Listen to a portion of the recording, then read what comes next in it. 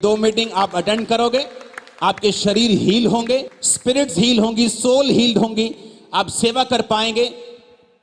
परमेश्वर ने इस पुलपिट पे आने से पहले, मैं नहीं जानता आप लोग, मुझे मालूम है फॉरेन में क्या हिसाब है, आप लोग हाथ खड़े नहीं करेंगे। परमेश्वर ने कहा है कि इन लोगों को पॉर्न मूवीज ने तबाह कर दिया है। वो इस कली से आज की मीटिंग की बात कर रहा था। उसने आपको डिस्ट्रॉय कर दिया है, खराब कर दिया, खत्म कर दिया है, आपकी स्पिरिट को छलनी कर दिया, आपको डेथ हो चुकी स्पिरिट में। यीशु मसीह ने कहा कोई भी पवित्रताई के बिना परमेश्वर को देख नहीं पाएगा। क्या हम तैयार हैं तौबा करने के लिए? तैयार हैं परमेश्वर की सेवा करने के लिए? अगर हम उसकी सेवा करने के लिए तैयार हैं, आप देखेंगे जिस चीज के लिए आप प्रार्थना कर रहे थे, बड़े दुखी हो रहे थे, व्याकुल हो रहे थे, बेचैन हो रहे थे, अपने आप आपकी लाइफ में वो एंटर करेगी इसी साल, नेक्स्ट साल, उसके अगले साल। मैं आपको ये भविष्यवाणी देके जा रहा हूं। मैं आपके लिए विश्वास के शब्दों को नहीं कह रहा हूं। मैंने कहा जब आप सेवा करनी स्टार्ट कर देंगे, वो चीजें जिनके लिए आप व्याकुल हो रहे हैं, आप रो रहे हैं, आप फ्रस्ट्रेटेड अपनी लाइफ से, इस साल, नेक्स्ट साल, उससे अगले साल आपकी लाइफ में एंटर करेंगे और आप टेस्टिमनी को देने के लिए आए। आमीन। मेरे को ऊंचे वाला चाहिए, खंबरा चर्च वाला आमीन चाहिए, बाहर सुनना चाहिए आमीन। मैंने कहा हालेलुया, हालेलुया, ऊंची आवाज में। आपको कुछ ऐसी वैल्यूज हैं जिनकी समझ आपके अंदर होनी चाहिए। आमीन। ऐसा नहीं हो सकता कि आप पाप में हो और आप कहें सेवा करने के लिए तैयार हो। परमेश्वर पहले आपसे तौबा चाहता है, वो आपका हार्ट चाहता है, फिर पैसा, फिर सेवा, फिर एफर्ट, फिर स्किल, ये सब कुछ बाद में है। एस्तर पुस्तक 2 अध्याय उसकी 19 से 23 आयत में लिखा है, जब कुंवारियां दूसरी बार इकट्ठी की गई तब मोर्दके राजभवन के फाटक में था। एस्तर ने अपनी जाति और कुल का पता नहीं दिया था, क्योंकि मोर्दके ने उसको ऐसी आज्ञा दी थी कि वो ना बताए। और एस्तर मोर्दके की बात ऐसे मानती थी जैसे उसके यहां अपने पालन पोषण के समय मानती थी। 2 चीजें आपकी लाइफ में होनी बहुत जरूरी हैं। पहली, आपकी लाइफ में परमेश्वर की सेवकाई होनी जरूरी है। उसके लिए आपको तौबा करनी जरूरी है, अपनी लाइफ को सेटल करना जरूरी है, माफी को मांगकर परमेश्वर के सामने तौबा करके ये निर्णय करना कि मैं और मेरा परिवार किसी ना किसी रीति के साथ हम सेवा करेंगे। लेकिन दूसरी बात, आप सेवा डायरेक्ट कैसे कर सकते हैं? आप यीशु मसीह के बारे में बताएंगे किसी को, उसके बाद क्या, आगे क्या? मान लो मैं जा रहा हूं, मैं इसको बता रहा हूं भाई यीशु मसीह ने तेरे लिए जान दी, तेरे लिए मारा गया, उसके बाद क्या करूंगा इसको मैं? इसका मतलब हर एक व्यक्ति एक जीवित चर्च के साथ जुड़ा हुआ होना चाहिए। मैं सिर्फ अपनी चर्च की बात नहीं कर रहा हूं, जहां भी जीवित चर्च आपको मिले, क्योंकि वचन ये कहता है कि एस्तर ने अपनी जाति राजा को नहीं बताई थी। बाद में क्या हुआ? एक आज्ञा निकली कि सब यहूदी लोगों को मार दिया जाए, लेकिन राजा को यह मालूम नहीं था कि उसकी अपनी पत्नी उसी जाति की है।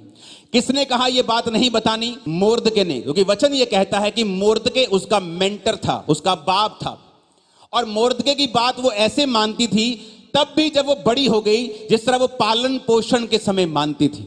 आज बहुत से लोग कामयाब नहीं हो पाते क्योंकि जितनी बात वो अपने स्पिरिचुअल लेवल के स्मॉल, जब वो छोटे होते हैं अपनी मेंटर की मानते, जब वो बड़े होते हैं उन्हें लगता है कि अब हम सब कुछ खुद कर सकते हैं, और परमेश्वर उनकी ग्रोथ को रोक देता है। और वचन कहता है कि एस्तर उसकी बात ऐसे मानती थी जैसे पालन पोषण के समय छोटे होते से ही के समान, अपने बाप के समान उसकी हर एक बात को मानती थी। और वचन सेवा करेंगे। और दूसरा, किसी जीवित चर्च के आप रहे हैं, आप उनके दर्शन को अपना रहे हैं। हमारा दर्शन क्या है? मेरा दर्शन है कि ब्रांचेस ओपन होंगी, वो ब्रांचेस काम करेंगी, इवेंजलिज्म करेंगी, अपने पैसे को आप ही के देश के टीवी के सुसमाचार में लगा देंगी। ये मेरा विजन है। मेरा विजन आपके डॉलर्स को इकट्ठा करना नहीं। अगर मुझे डॉलर्स इकट्ठा करने हैं, मैं दुबई जा सकता हूं, मुझे प्रॉपर्टी की नॉलेज है, मैं अमेरिका सेटल हो सकता हूं, मिलियंस कमा सकता हूं 1 महीने के। लेकिन मुझे पैसों का शौक नहीं है। जितने होने चाहिए उतने हैं मेरे पास। लेकिन जिस तरीके से मैं आपको बता रहा हूं कि अगर आप परमेश्वर में बढ़ना चाहते हैं, आप अपनी सिरदर्दियों को खत्म करना चाहते हैं, जितना आप अपने एफर्ट को लगाएंगे, आप अपनी ताकत लगाएंगे अपनी प्रॉब्लम्स को सॉल्व करने के लिए, आप इनडायरेक्टली चैलेंज कर रहे हैं परमेश्वर को कि मैं अपनी प्रॉब्लम्स खुद सॉल्व कर सकता हूं, मुझे तेरी जरूरत नहीं। और उतना ही परमेश्वर वो प्रॉब्लम्स को नहीं टलने देंगे और हमारी लाइफ फ्रस्ट्रेट होती जाएगी और एंड में हम बोल देंगे कि नहीं, शादी होती बुरी है, बच्चे होते ही बुरे हैं, बिजनेस होता ही बुरा है, आजकल मंदी चल रही है। आप अपने डायलॉग्स को चेंज करना शुरू कर देंगे। आप ये नहीं समझते कि जब आप ये सोच लेते हैं कि मैं अपनी प्रॉब्लम्स को सॉल्व करूंगा, आप प्रभु को चैलेंज कर देते हैं कि मैं अपनी प्रॉब्लम खुद सॉल्व कर सकता हूं, मुझे तेरी जरूरत नहीं, तो परमेश्वर उन चैलेंजेस को मेक श्योर कर दे कि वो कंटिन्यू हो और लगातार वो चैलेंजेस बने रहें आपकी लाइफ में, जब तक परमेश्वर को आप ना कहें कि परमेश्वर बस हो गई मेरी, अब तू मेरी जिंदगी में काम कर, अब तू मेरी जिंदगी में आ और तू मेरी प्रॉब्लम्स को सॉल्व कर। और परमेश्वर क्या करता है? बाइबल कहती है जब इजरायली लोगों ने प्रार्थना की परमेश्वर हमें छुड़ा, तो परमेश्वर ने मूसा को भेजा। वो खुद नहीं गया, खुद डायरेक्ट उनसे बात नहीं की। बाइबल कहती है परमेश्वर ने मूसा को भेजा। इजराइल लोग जब परमेश्वर के सामने पाप करते थे तो परमेश्वर उनको पलिश्तियों के हाथ में, दुश्मनों के हाथ में करता था। वो उन्हें लूटते थे, वो चिल्लाते थे, रोते थे, तौबा करते थे। परमेश्वर न्यायियों को भेजता था। गिदोन एक न्यायी था, वो अलग अलग न्यायियों को, दबोरा को भेजता था, सैमसन को भेजता था, यिप्त को भेजता था और फिर से उन्हें छुड़ाता था।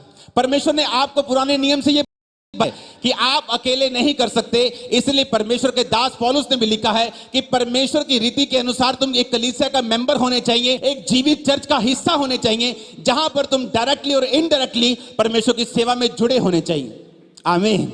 इसीलिए लोगों की लाइफ में बरकत नहीं।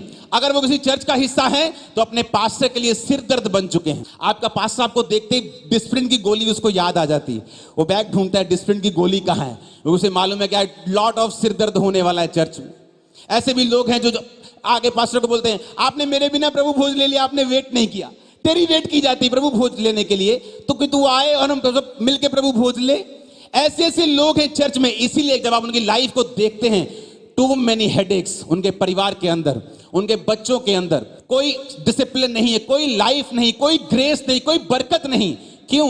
क्योंकि हम अपने डीप जो रूट थे हमारे, जो परमेश्वर ने बाइबल हमें दी है, हमें वचन दिया है, समझाया है कि अपनी लाइफ को किस तरह से बिताना है, हम वो भूल चुके हैं। हालेलुया। पहली बात, परमेश्वर के साथ संबंध, तौबा करना, सेवा करने का मन बनाकर सेवा करना। मेरे पास ज्यादा पैसा है, मैं पैसे को यूज करूंगा। मेरे पास गिफ्ट है, स्किल है, मैं सीए हूं, मैं इंजीनियर हूं, मैं इस्तेमाल करूंगा। मैं आईटी में हूं, मैं मीडिया में हूं, मैं चर्च मेक श्योर करूंगा कि सेवकाई को उसका फायदा हो। हालेलुया। कितने लोग ऐसे हैं आज सेवकाई में, मेरी सेवकाई में जो पुलिस में हैं, बड़े बड़े पुलिस ऑफिसर्स हैं, पॉलिटिशियंस हैं, बड़े बड़े पॉलिटिशियंस हैं, जो अटल बिहारी सरकार में बड़े बड़े मंत्री थे, जिन्होंने बहुत बड़े बड़े काम किए हैं। वही उन लोगों को आज बता रहे हैं सेवकाई के बारे में, परमेश्वर के बारे में, किस तरह से तौबा करनी है, किस तरह से सेवा करनी है, और लोग बच रहे हैं। क्यों? परमेश्वर आपको ब्लेस करे। उसे क्या फायदा आपको ब्लेस करने का?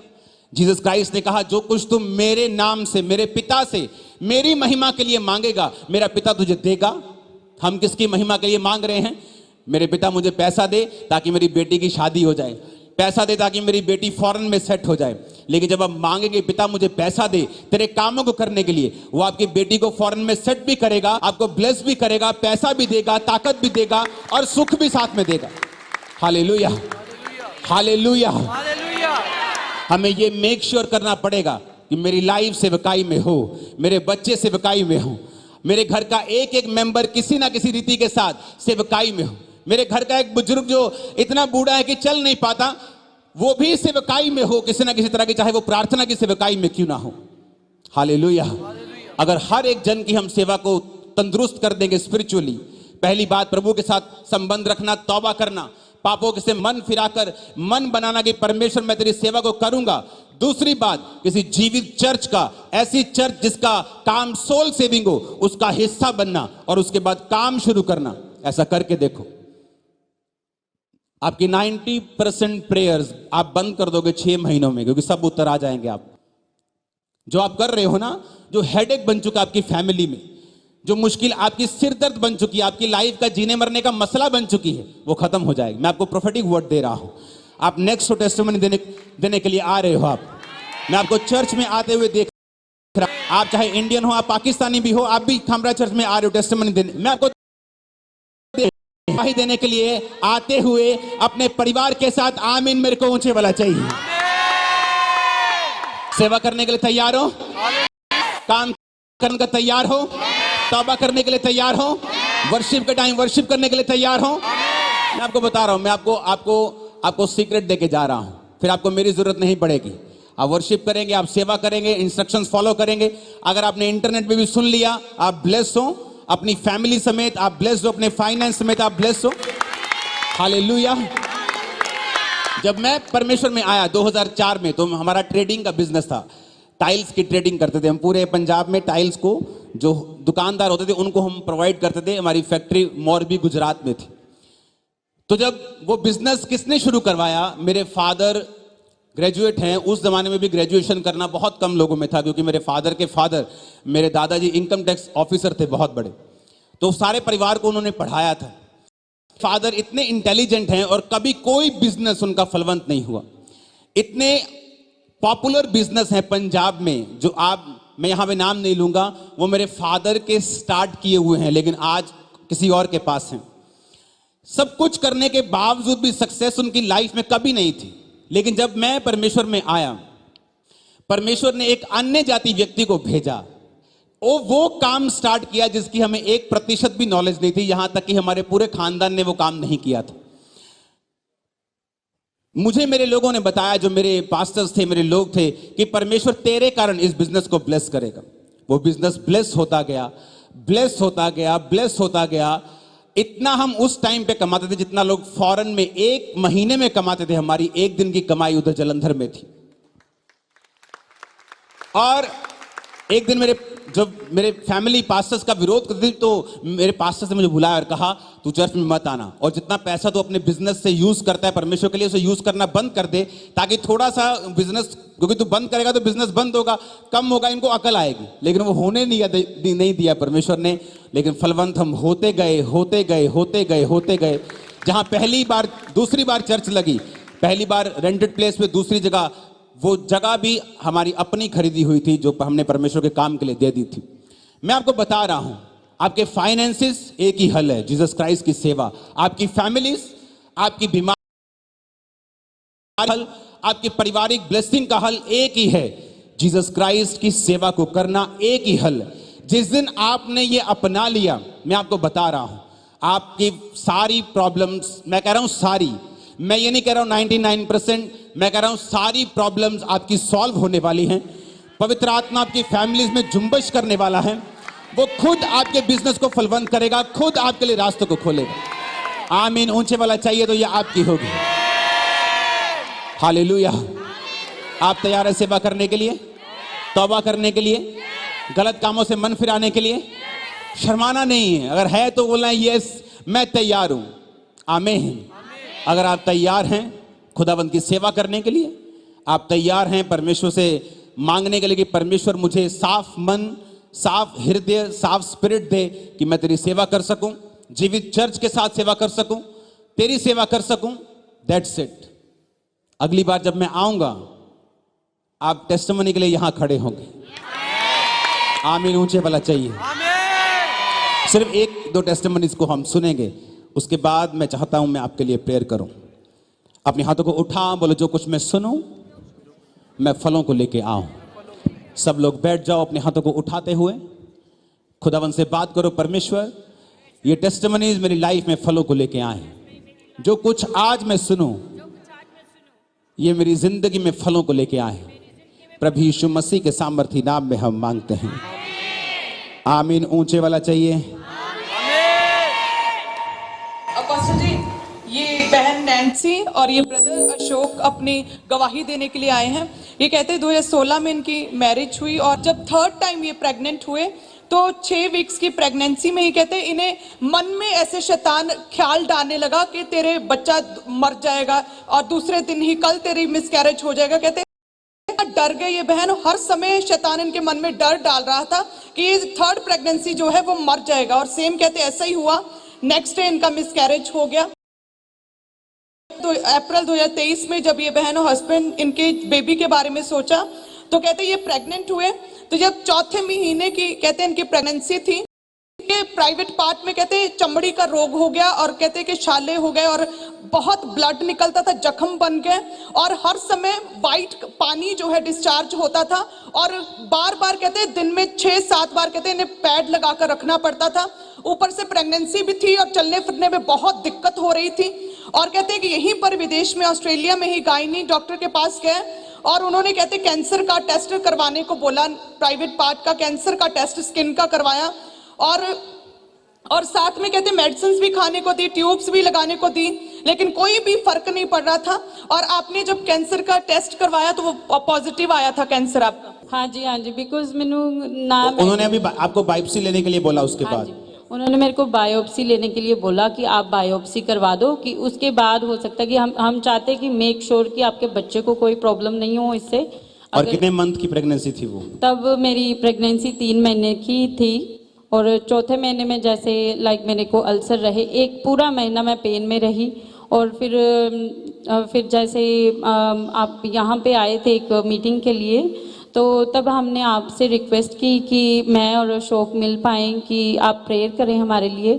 तो आपने हमें ऑयल ब्लेस करके दिया, तो आपने यही कहा था कि आप इसे लगाएं और पिएं। लास्ट टाइम जब मैं